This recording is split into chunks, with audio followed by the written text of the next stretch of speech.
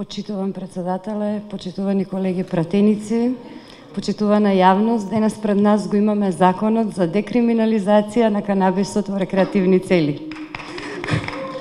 Морав малку да повежбам, се извинувам.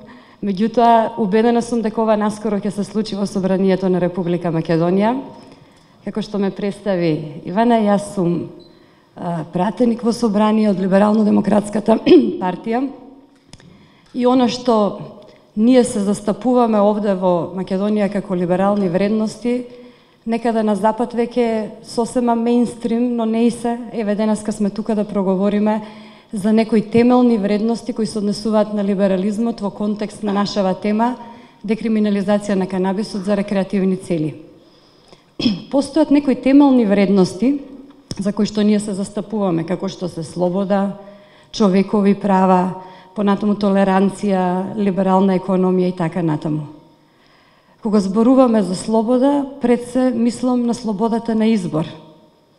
Доаѓајќи наваму, размислував дали да си купам цигари. Јас сум пушач друштвен, кој пуши само во друштво, и имав избор дали да го направам тоа, дали да си купам цигари. Дотолку повеќе, дури кога влегов внатре, имав избор да изберам какви да си купам. И никој не застане да ми каже, ама слушај, тоа е штетно, може да ти создаде зависност, може да имаш проблеми после тоа, може да има некоја сликиче, меѓутоа нема проблем, нели? Не читаме, не обрнуваме внимание на такви работи. Имав право на избор. Исто така имаме избор доколку сакаме да купиме алкохол. Сега, нели, со новиот закон можеме тоа да го правиме и после 7 часот. Каква придобивка неверојатна. Значи имаме избор дали ќе конзумираме алкохол или не. И многу ретко некој се осудува, каже немој, тоа е штетно, тоа создава зависност.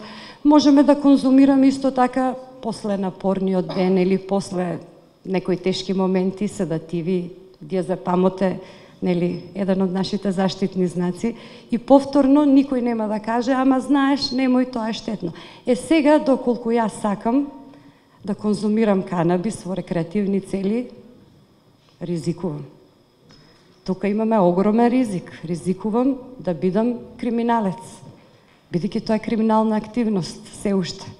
Поседувањето и конзумирањето во рекреативни цели во Македонија се уште представува криминализирана активност.